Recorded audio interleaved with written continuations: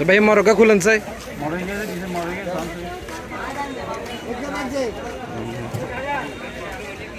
মরগি বার করেন আপনি বার করেন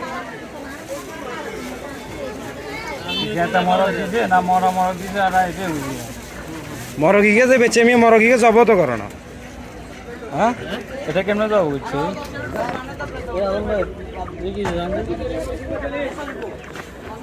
মরগি যাবো বুঝছিলে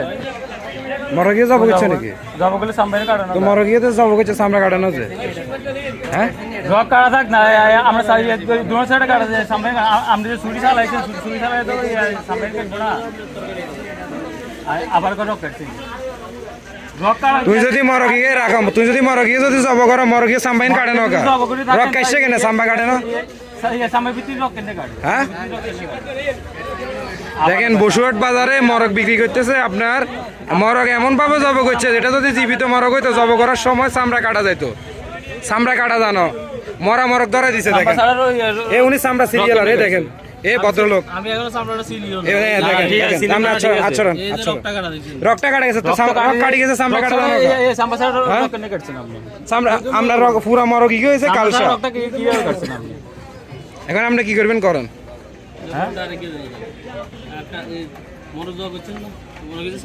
মরগ জগ হচ্ছে না আমার মরা মরগ দিছে বসুরহাট বাজারে এই ভদ্রলোক মরা মরগ বিক্রি করে দেখেন এই দেখেন